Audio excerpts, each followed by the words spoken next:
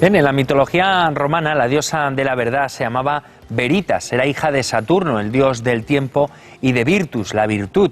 Además, la diosa de la verdad era muy elusiva y se escondía en el fondo de un pozo sagrado. Sobre la verdad tan escurridiza ella, vamos a hablar en nuestra tertulia de filosofía, a ver si conseguimos atraparla con la ayuda de nuestros invitados. Les presento a Francesc Torralba, profesor de ética de la Universidad Ramon Llull, y Xavier Guix, psicólogo y escritor. Muy buenas tardes a los dos. Buenas tardes. Bueno, yo no sé si empezaríamos con una pregunta del millón. ¿Qué es la verdad, Francesc? Esta es la gran pregunta, ¿no? A ver, yo creo que la verdad consiste en decir lo que las cosas son, o sea, decir la realidad. Y aquí el debate es si realmente podemos decir lo que las cosas son, o solo lo que parecen ser, o lo que nos parece que son. Pero una cosa, cuando decimos es verdad, significa que hay una correspondencia entre el discurso que hacemos y el hecho. Decimos, este sofá es rojo. Pues esto es verdad. A ver, el discurso, este sofá es rojo, se corresponde con la realidad de este sofá. Sí, lo vemos con los ojos, esto es verdad. Es una correspondencia entre el ser de las cosas y el discurso que hacemos sobre ellas. Sí, iba a decir que, como has nombrado veritas, se suele corresponder también dos tipos de veritas, ¿no?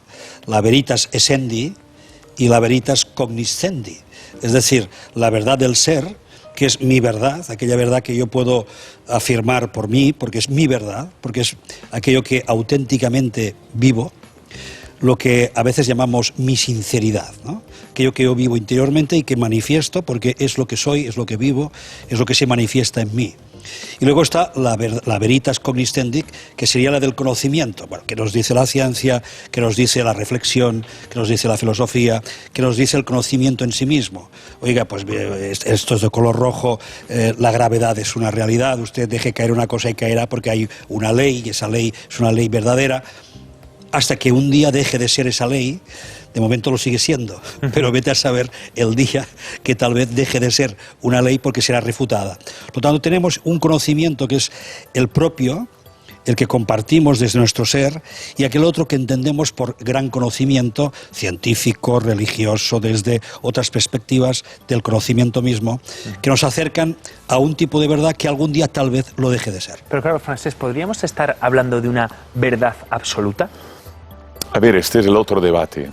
Hay una corriente muy conocida en filosofía que es el escepticismo, que considera que no hay verdades absolutas, que son verdades subjetivas, opiniones sobre lo que son las cosas, sobre lo que debemos hacer, sobre lo que podemos esperar.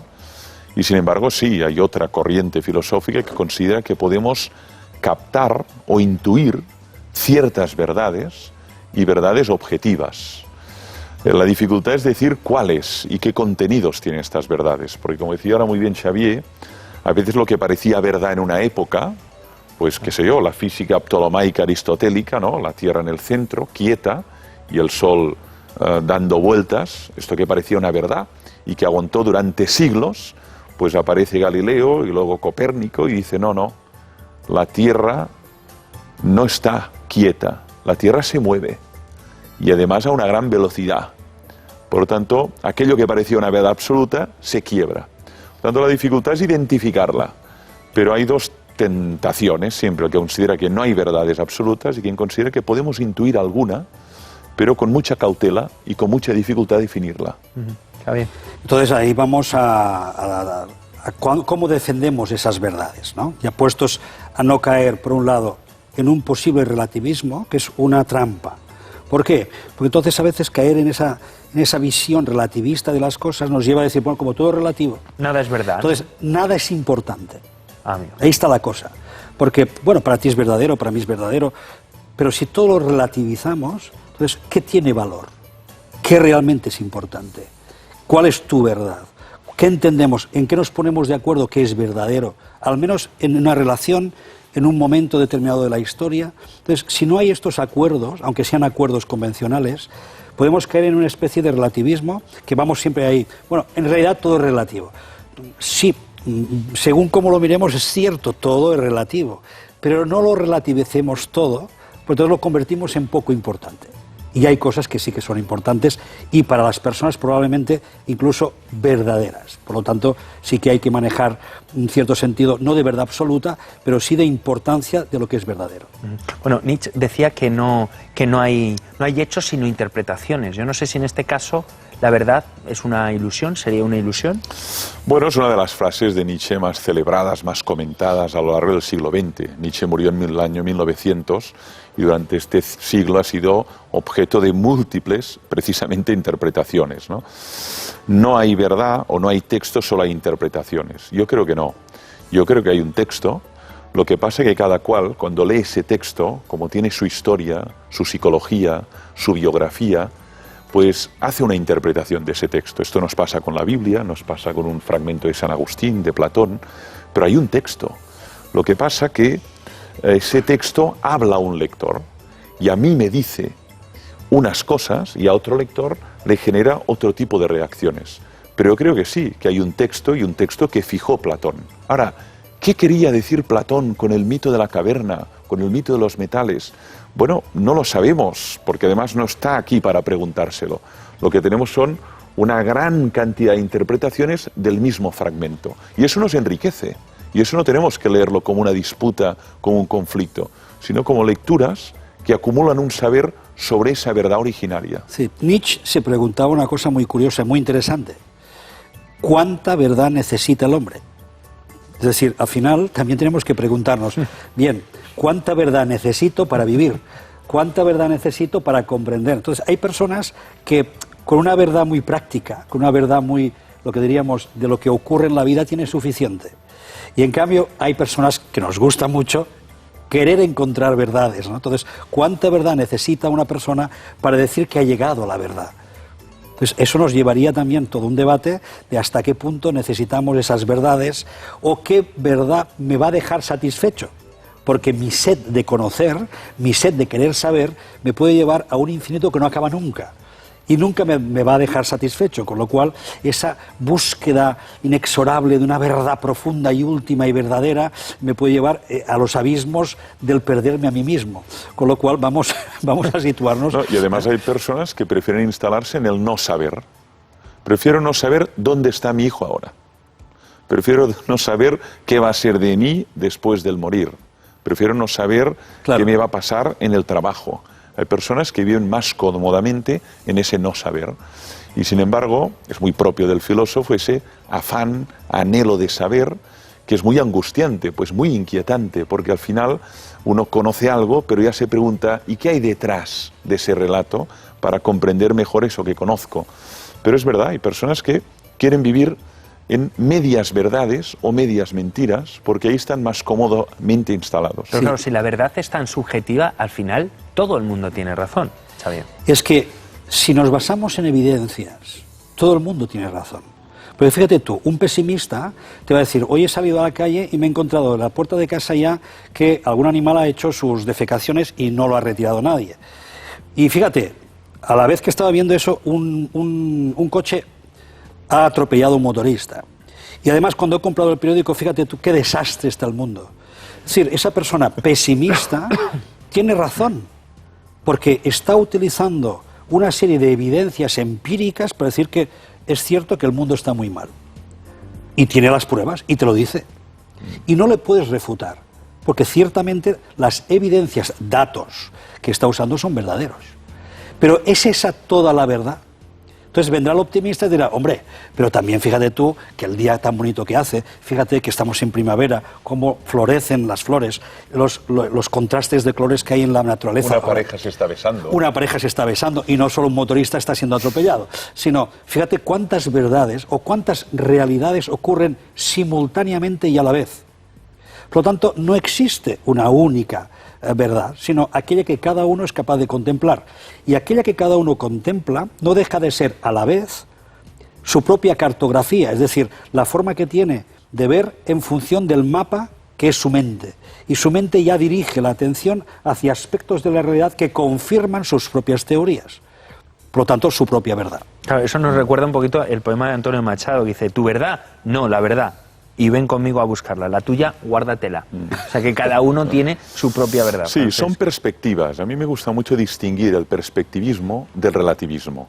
El relativismo, decía muy bien Xavier Guix, es considerar que nada tiene valor o todo el mismo valor, o que todas las visiones son exactamente iguales.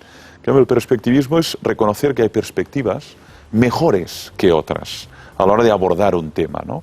Es decir, si yo estoy en una mesa de operaciones y allí hay un cirujano que hace 30 años que está operando personas, su perspectiva a la hora de identificar el problema que tiene esa persona es muy superior a la mía, que me dedico a enseñar filosofía en el aula. Por lo tanto, su perspectiva tiene más peso que la mía. No vale lo mismo que diga él respecto a yo, en este caso concreto.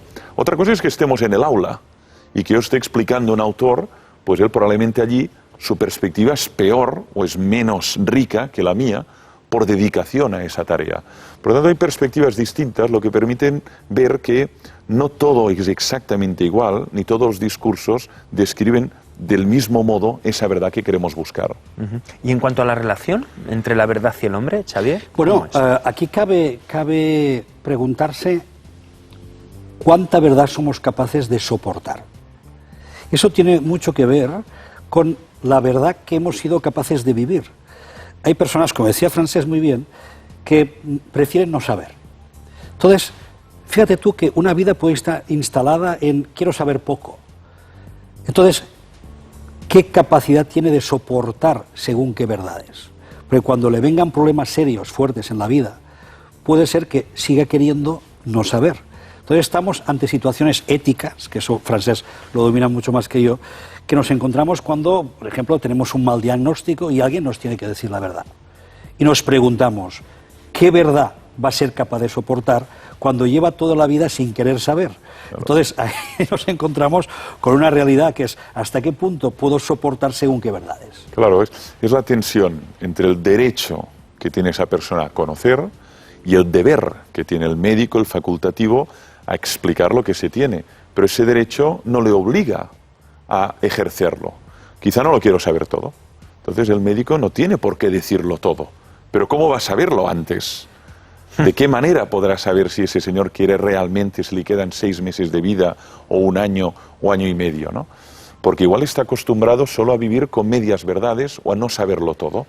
Por lo tanto hay que estar muy atento, empáticamente a la persona, porque ella te va explicando qué tipo de verdades puede ser capaz de digerir emocionalmente y qué verdades no quiere conocer ni le interesa saber para su decurso vital. Y luego, fíjate, nos encontramos con situaciones muy curiosas, ¿no? Ante esa verdad del médico, que es irrefutable en tanto que es una evidencia empírica, oiga, el diagnóstico, no el diagnóstico, sino la prueba médica, la intervención, la operación, lo que le hemos hecho da muestra que efectivamente pues tiene usted esta enfermedad. Y el otro dice, bien, esta es su verdad. Y yo quiero vivir en otra verdad. Es cierto que eso existe, pero para mí eso no existe. O existe de una manera diferente, o le doy otra verdad.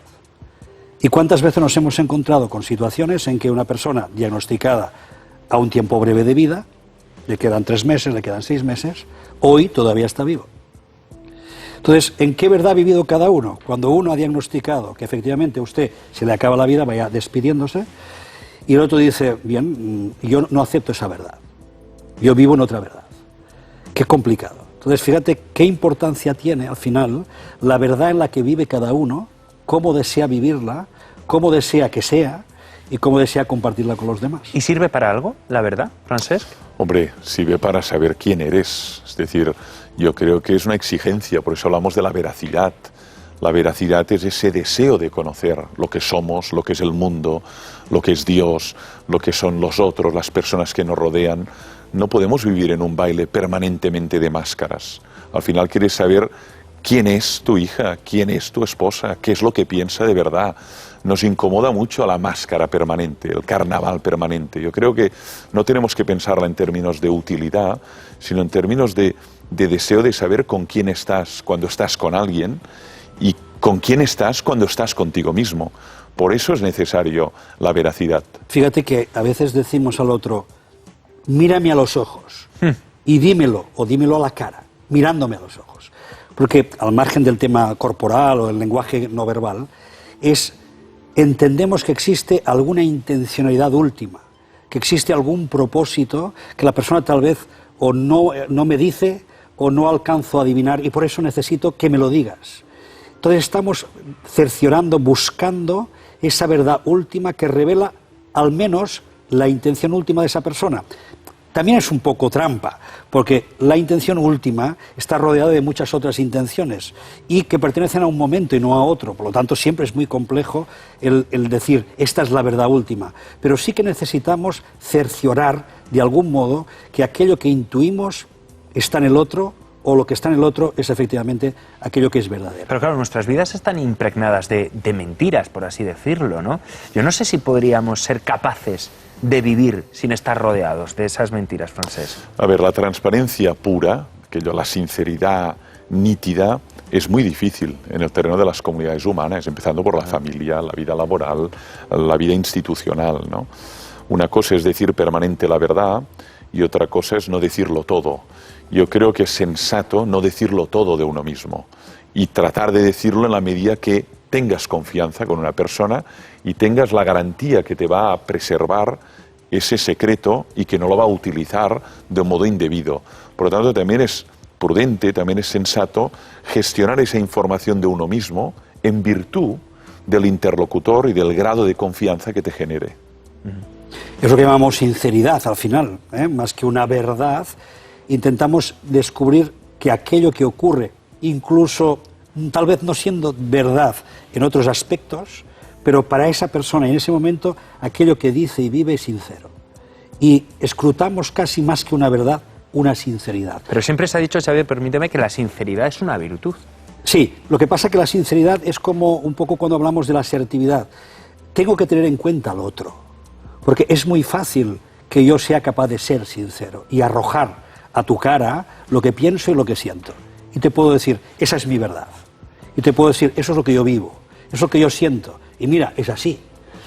Pero tú me puedes decir, oye, pero no me has tenido en cuenta, porque tal vez yo no quería saber eso que me dices. Entonces, fíjate que una de las patas, ¿no?, de la mesa importante es que yo sí, que sea sincero, pero hay otra pata importantísima, que es que sea adecuado en mi sinceridad. ¿Es el momento? ¿Te he tenido en cuenta?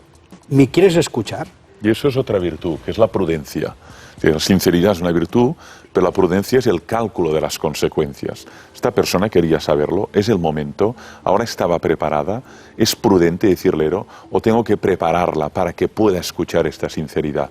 Porque si no se puede producir eso, ¿no?, que uno vacía de golpe ese pensamiento, esa emoción, y el otro se queda hundido, ¿no?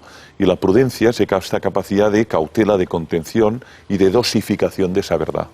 Claro, o sea que para esa estabilidad social política es necesaria las mentiras. La opinión pública no necesita tener toda la información que a lo mejor manejan nuestros políticos. No, yo creo que es necesaria la prudencia, y que es necesaria la sensatez, y que es necesario pensar y dosificar exactamente cómo se gestiona esa verdad, sobre todo para no generar escándalo, caos, pero la mentira institucionalizada me parece que es tratar de menor de edad a la población y caer en un paternalismo informativo. ¿Xavier? Bueno, Rousseau, creo, si no me equivoco, que ya manifestó en su momento que cuando se crea lo que es el ámbito social, se crea la falsedad, es decir, empieza el ámbito de la máscara, porque efectivamente tenemos en cuenta intereses, tenemos en cuenta consecuencias. Por lo tanto, a veces las relaciones, cuando se convierten en muy utilitaristas, entramos en el manejo precisamente de los tempos, ¿no?